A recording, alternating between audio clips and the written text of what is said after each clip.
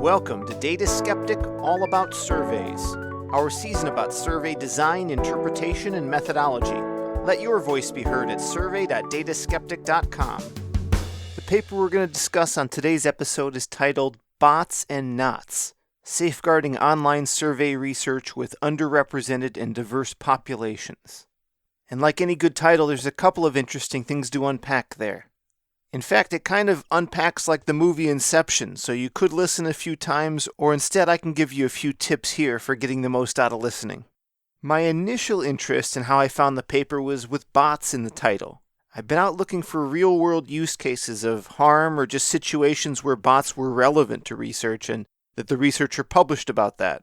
And we will absolutely get into that, what incentive these bots had, and what sort of havoc they caused in the survey process. This is definitely a story of bot detection and mitigation. And there's another layer that's highly appropriate for the All About Surveys season. This effort wasn't just a survey to gather data like a typical survey, fill out all the questions and you're done. That's certainly part of it, but we also discuss how narrative plays a strong role in this process.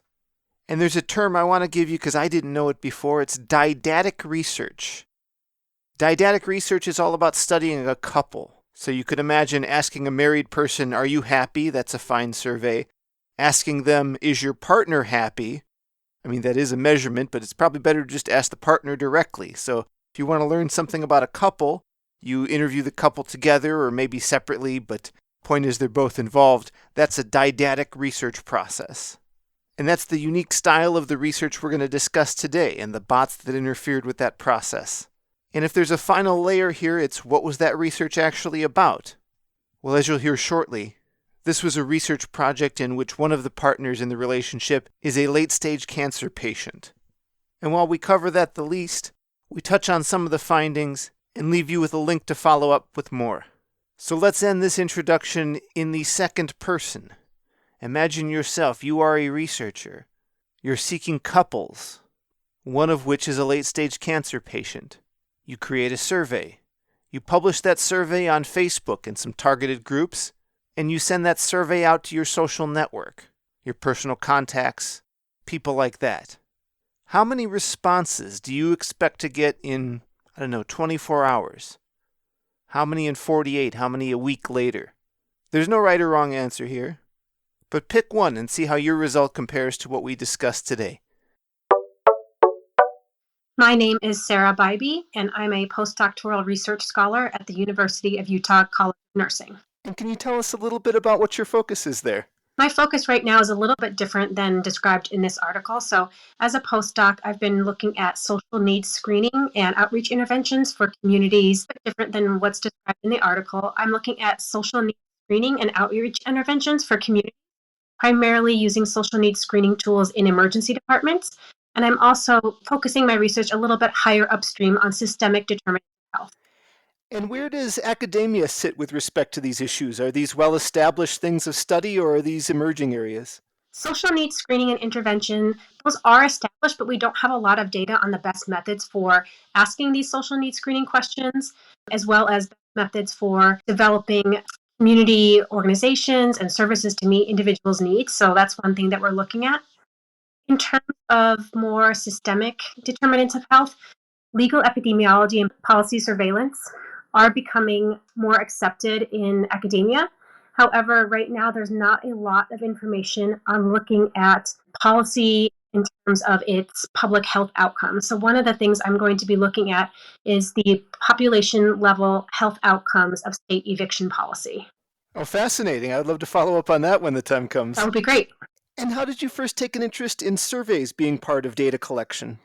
Well, as a social scientist, I believe that both quantitative and qualitative data are necessary to tell the whole picture. So with this article, I talk a lot about the survey design and using surveys to collect data from LGBTQ and non-LGBTQ couples. However, the entire study that I completed for my dissertation was a mixed method study. So I ended up integrating the quantitative data from the surveys with qualitative data obtained through dyadic semi-structured interviews. To me, use of mixed methods is really important because I like my statistical data to be backed up by more narrative stories. In my experience, I found that policymakers and politicians tend to not read peer-reviewed articles, but rely more on stories from individuals. So having that narrative component is really important to me. So when you include the narrative, I can see where you get a ton of benefits from someone who might not appreciate deep statistical rigor. They can get the essence and the story from it. So it certainly accomplishes that. Do you find that it accomplishes other outcomes? Like, are people better informed when there's narrative involved? Narrative has a lot of benefits to it. One of them is that when you're doing research in an area that's relatively new, using multiple different methods to triangulate data can really be beneficial in providing a more depth view of the concept of the question. So, for example, when I conducted these interviews with individuals facing cancer, the sense that I got from individuals was much richer and more nuanced than any type of data that I might have gotten from their surveys. So it's one thing to, read a score about somebody's depression, anxiety, and stress, and it's another thing to actually talk to them about what that experience of cancer has been like for them in terms of their depression, anxiety, or stress. Yeah, I can see the appeal in asking, on a scale of 1 to 10, how much anxiety you're experiencing, but you need to do something else as well. That doesn't always tell the full story.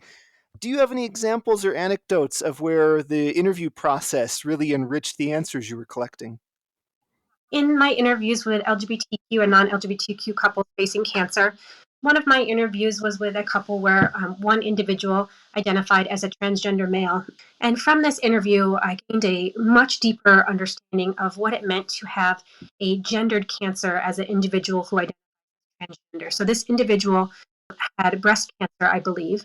And as a transgender male, that experience was extremely difficult for this individual as they felt like their body was betraying them. And they felt like the cancer care system didn't really have resources available for someone in his position, for someone with his identity and facing the types of questions and concerns that he was facing. So, just from this type of interview, that developed an interest in mine in looking more at providing gender affirming care for transgender individuals. And I hope to say soon that I have an article coming out. It's under review, but that's one area that wouldn't have been illuminated otherwise. And I regret to inform you that this individual has since passed from stage 4 cancer, but their impact on my research and my growth as a scientist and personally has been invaluable.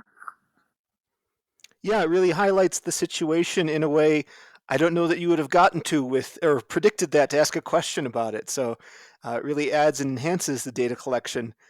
Although not everything adds and enhances. Some things damage the data collection process and maybe in unpredictable ways.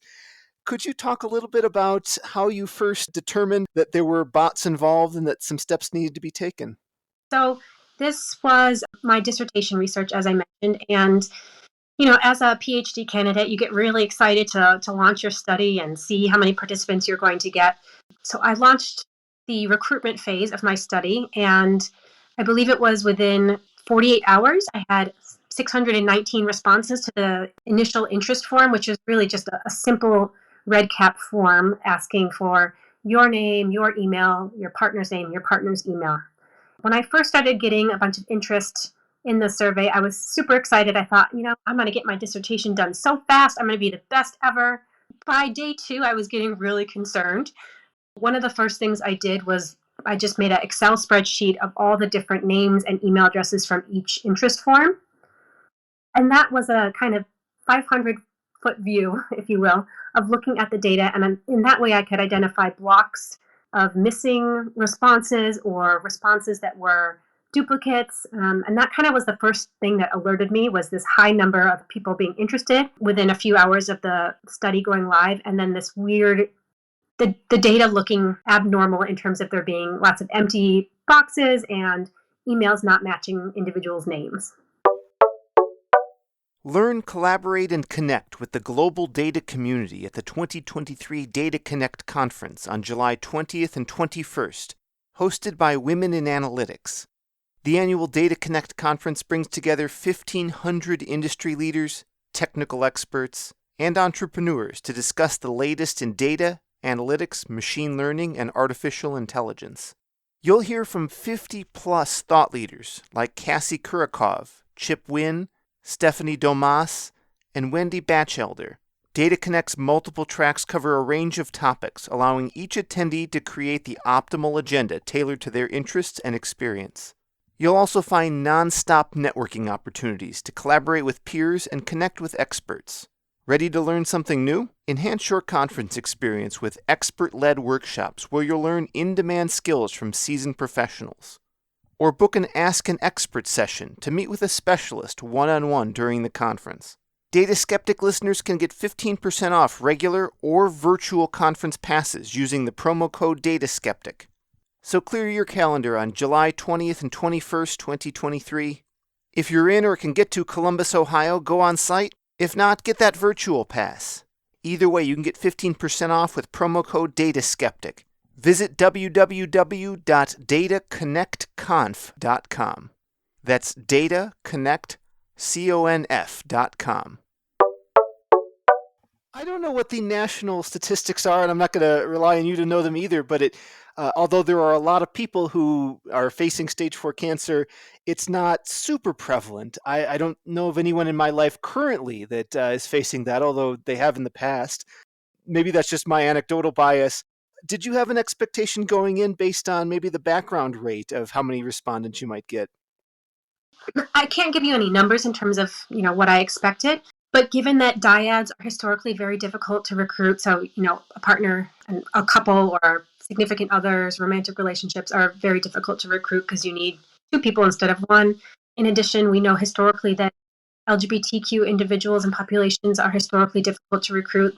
There's a lot of history of discrimination in the medical system and among researchers for this population. So, of course, there'd be a little bit of wariness in participating in research. So that kind of those two things combined, and with the response rate that we initially saw, it just didn't add up. I would have expected it to take a lot longer to receive 619 responses. And that 619 represents 619 couples. Gotcha. So if I was just an individual, I would have not qualified. Is that right? That's correct. Yeah, you had to be partnered for this study. What was the recruitment process like? We decided to recruit both online and in person given the pandemic. So in terms of online recruitment, we posted flyers in Facebook, Twitter, and Instagram. I also sent electronic flyers out to special interest groups of the Gerontological Society of America, basically anyone through my network who I thought might have a good connection to LGBTQ or non-LGBTQ couples facing cancer. And then for the in-person recruitment, I looked through electronic medical records to identify participants who might be eligible, and if they were coming into the clinic, I met with them personally to introduce the study and see if they might have interest in participating. And for the online group, you'd mentioned seeing in Excel that there was a lot of missing responses and duplicate values. I think that's typical of a lot of surveys. It isn't an immediate red flag. Could you talk a little more about what sorts of duplicates really gave this away as problematic? Sure. So in the initial interest form, the duplicates that I'm referring to are the same name and email address in interest forms back to back. So, for example, somebody who submitted an interest form at 227 with the name John Smith, there was another interest form submitted at 27 by John Smith and 228 by John Smith and 229 by John Smith. So just repeated back to back submissions with the same name and same email. And then again, like I mentioned, lots of blank entries coming in at the same exact time. So a batch of 12 blank entries coming in at the same exact time. The other thing that I noticed that was really interesting to me in terms of dyadic data was of these 619 interest forms, but I believe it was about 5 or 7 couples who had the same last name. And for a survey that was looking at partnered individuals and married individuals, I thought that was quite low to have only 5 or 7 responses where individuals reported the same last name. So that was another thing that kind of alerted me maybe something's going awry here. Yeah, 2 or 3 John Smiths wouldn't be outrageous, but in the pattern you described, clearly something else is going on. This seems, in some sense, almost a little insidious to do. Like, why would someone mess with a research study like this that seems like almost you would harm the people who actually you want to survey? What's the motivation of a person to give a dishonest response? Well, I think there could be multiple motivations. The first one being that this did take place right in the middle of the first year of the pandemic. So this was the summer of 2020, when a lot of people were laid off, when people were kind of forced to work remotely. And I will say I've learned since then, but my flyer did have the participant payment listed on it. So not only did I have the eligibility criteria listed, but I had the payment listed. So if someone wanted to, they could have looked at the eligibility criteria and used that to prove that they were eligible in order to get the payment at the end. So I think it's possible a financial reason played a part. The other thing that I don't really know exactly what the reason would be, but some research has shown that since this time and onward up through May of this year, there has been some proof that studies that focus on underrepresented populations have been targets of these bots and individuals misrepresenting themselves. And I honestly don't quite understand the motivation, but I believe there's been some indication that this is a political motivation. Oh, interesting. Yeah, I could definitely see that. I had an alternative hypothesis, if you don't mind me sharing. From my time in market research, we would conduct studies, and the most populous groups, like if you were going to break it down by racial demographics, the white group, we would fill the quota very quickly. So if I were someone trying to create bots, I would want to file into the demographics that are less likely to be filled. It could also be a motivator. That's a really interesting idea. I never thought of that. But yeah, I mean, the political one is almost worse in a way because you have this bizarre agenda you bring to the table. So you've got the 619 responses. At least a few of them that we discussed are not valid, probably more than that. What are the next steps to do you throw it all out, or how do we get the wheat from the chaff? So I guess the first thing I decided to do was to temporarily postpone recruitment. Given that this was a dissertation study, I didn't have a lot of funds to kind of, go through every interest form and make sure they were all valid. So my initial step was to basically dive into the literature and learn everything I could about identifying threats to data in online research and internet mediated research. So I postponed the study in order to do that. And after reading a lot about this type of work and how to improve eligibility questionnaires so that they capture the most trustworthy data, one of the things I did was send eligibility questionnaires, consent documents, and surveys to a small sample of participants who submitted interest forms. So I wanted to see what the responses would look like and see if that might help me determine whether these were individuals who were truly representing themselves or individuals or bots who were not providing truthful responses. So I basically chose the first 5 couples who submitted interest forms. And then looking through the Excel spreadsheet that I told you about, I chose 5 couples who reported the same last name. The reason I did that was I was curious to know if these individuals who reported the same last name were trustworthy participants because, again, all of those interest forms came in around the same time. So I wanted the first 5 and then some, other sample of 5 to kind of get a bigger picture on what was going on. So I sent the consent documents and all the validated surveys and questionnaires to the 20 participants, the 10 couples. Once I received that information back, I contacted individuals through their email, basically to get an idea if these were people who were willing to talk to me on the phone or email with me, or if they were truly bots or individuals who weren't real. So after I contacted all 20 participants, I sent a very brief email saying, thank you for your interest in the study and for filling these questionnaires out. In order to get you your payment, I would like you to contact me via, phone. You can call during regular business hours. This will just take a minute. And I had nobody call me. Looking at their data later on, there were some troubling signs, I would say. So in surveys, there would be the same exact question left blank among, 3 or 4 people back to back to back, or the same chunk of questions left blank, or the same exact answers for multiple individuals in a row. I was pretty sure at this point that these at least 20 participants were not trustworthy. So in order to make sure that I wasn't excluding anybody from this group of the 619, believe it or not, I emailed all 1,238 people with the same exact message to please contact me during business hours. It will just take a minute. I just need to verify some information for their participant ID. And again, I had emails from 0 participants at this point. Do you have any sense as to why you got no responses from the group? Even if there were some bots in there, of course, it seems that at least some of the respondents might follow up. Yeah, I think my guess is that because this had just gone live, it did capture more bots than it did real individuals. It's possible that among the 619, there were some real people who were too busy to respond or dealing with their illness and not able to respond or call. Yeah. But I figured if I really wanted to make sure that this data was trustworthy, I felt like I had to just scrap the 619 and start over after having put more rigorous eligibility screening criteria in place.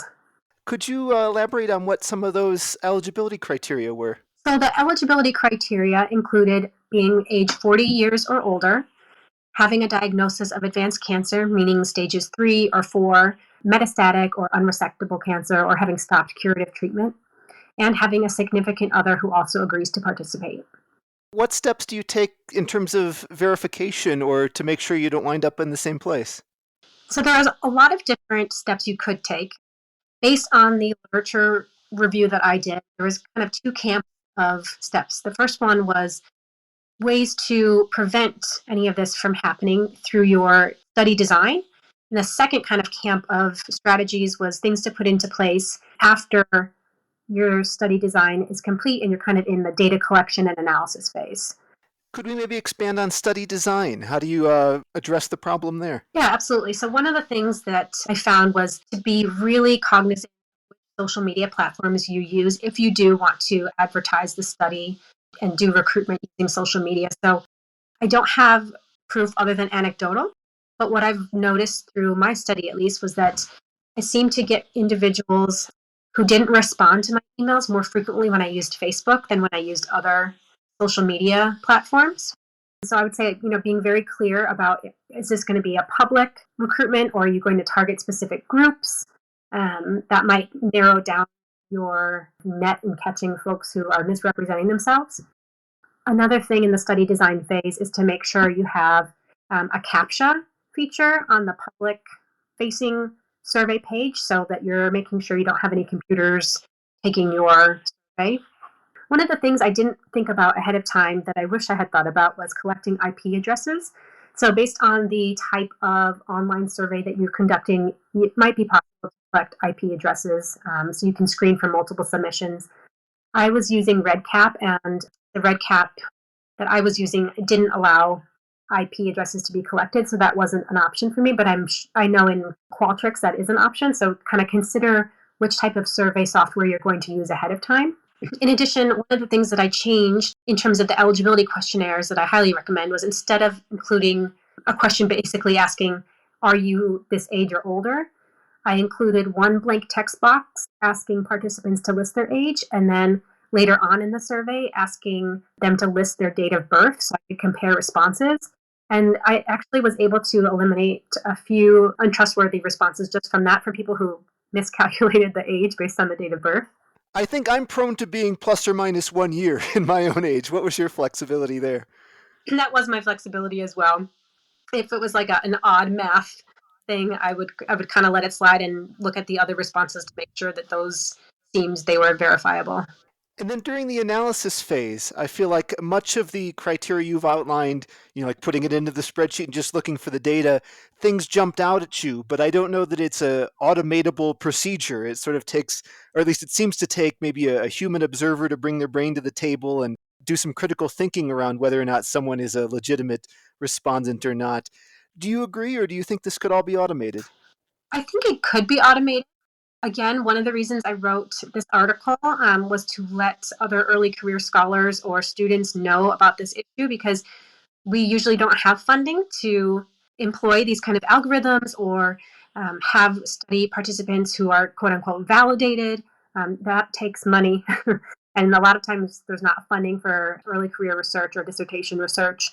In retrospect, I am glad I went through this exercise and was able to kind of see these patterns. I'm not sure that I would have the same knowledge that I have now or respect for trustworthy data that I have now. But during this process, it was extremely frustrating. And I actually did end up spending some money on folks who I don't think were legitimate participants before I realized the problem. So I did pay a few individuals before becoming aware that this was not legitimate data. For a lot of research, there's, as you'd mentioned, the financial challenge. There may not be, infinite funding to do the study and to pay the incentives and all those sorts of things. there's also the time challenge of, you've got to get your dissertation done in however many semesters or whatever it is. Do you have any advice for people following a similar path who are maybe going to be surprised to encounter a problem like this as they work their way through their research? What are some things in advance they should be doing to set themselves up for success? Yeah, I think besides the things that you can do for study design that I mentioned and things that are in not only my article, but there's lots of great literature out there in terms of setting up your study design to be very rigorous in terms of eligibility screening criteria and rigor of your data collection. Besides those things, the one thing I will say that really benefited me was during the recruitment phase after I had put these strategies into place and I was confident that I was recruiting real individuals. I basically treated recruitment as a full-time job. So I put aside like other tasks that I had to do dissertation wise, and I just focused really, 24/7 on recruiting individuals. So through every person that I ever knew, called in every favor I had, did a lot of networking, and I think that really helped me because the majority of folks who ended up participating didn't really come from social media or online recruitment. They came from connections that I had through professional associations or through colleges or just through word of mouth. Makes sense. Yeah, I could see getting a lot higher quality data that way. But it's then, I guess, how do we look at social media? Should you cast it off, assuming that it's just there's too much risk of bots, and try to not use it, or can it play a role in research? I don't think it needs to be cast off entirely. It can play a role in research, and a lot of times folks who are looking to participate in research might use social media to do that.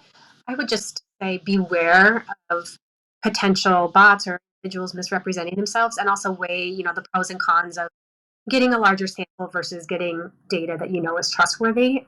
There are some companies out there who offer verified online participants who have been pre-screened, such as Prolific. I used Research Match, which was free. However, I did encounter some of the same issues, and I had to report multiple profiles to Research Match as potentially untrustworthy, as they were, again, repeating names or emails or similar information. So not everything is foolproof, but I think there are some companies who are doing really good pre-screening and verification out there. And we've highlighted a couple times the concern about not reaching underrepresented groups in studies for a lot of reasons. I mean, in one word, Tuskegee, right?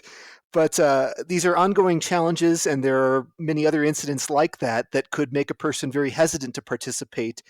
As you've worked with some of those groups, do you have any good strategies for letting them know, that what are I don't know what the challenges are? There good versus bad studies, or I guess how to get those people more represented in the data?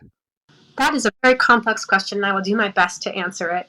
I think, the first thing, and it's something that I've really taken from my education and social work, is to meet the participant where they're at. So one of the first things I'm trying to do is build rapport with folks who I'm trying to recruit to my study. They'll oftentimes ask me, how I'm interested in this research or what my end goal is with this research. And I think that actually does help alleviate some of the concerns. Another thing that I found really interesting, while I didn't plan this to be during the pandemic, I think the possibility to use Zoom for interviews actually really helped me. I find that some people felt a little bit more comfortable in their own home setting having a conversation about sensitive topics than maybe they would have been if I asked them to come into a medical center or to meet me on campus or something like that. I do feel it's extremely important to give results back to the community. So, one of the things that I found in doing this study is that while a lot of folks understand the importance of giving back results to study participants, it's not frequently done. And part of the reason is scientists don't know the best way to do that. Because of that lack of understanding about how to disseminate results back to study participants, I'm currently conducting a follow-up study where I use the information from the Dyadic semi-structured interviews with participants to create what's called a found poem, or a poem that's constructed out of the words and phrases found in the transcripts. And what I've done is randomize participants to receive this poem in one of four methods. So they either get it through text only, text and audio, audio only, or video. And then I ask them to report on their dissemination preferences and any emotions that may have been evoked during this process. And that's giving me a better understanding of how participants prefer to have results returned to them I think it's really important that we not only publish in peer-reviewed journals as scientists, but to engage in things such as poetry or audio podcasts, for example, or to disseminate your results. Because a lot of times folks don't know the results of studies if we don't particularly make sure to report in ways that aren't through academic journals, in ways that are more accessible. And I really strongly believe that we need to do a better job of that.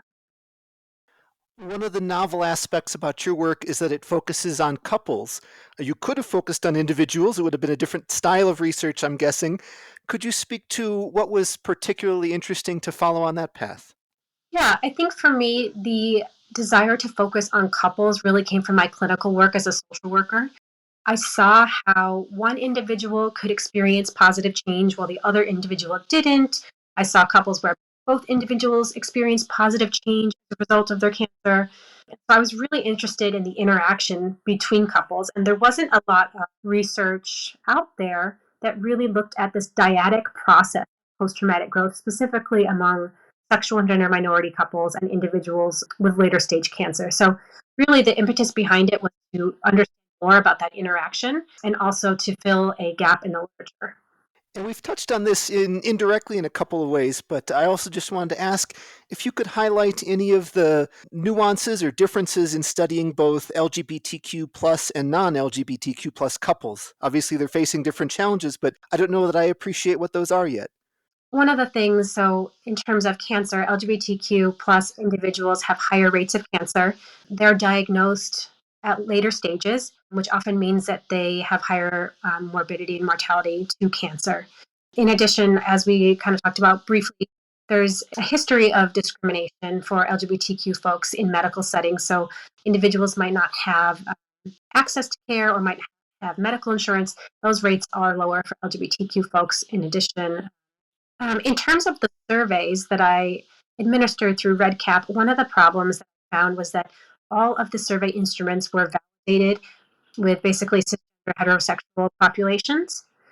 So I did have to do some tweaking in terms of the verbiage and the specific words used in the instruments to reflect more diversity and to be more inclusive.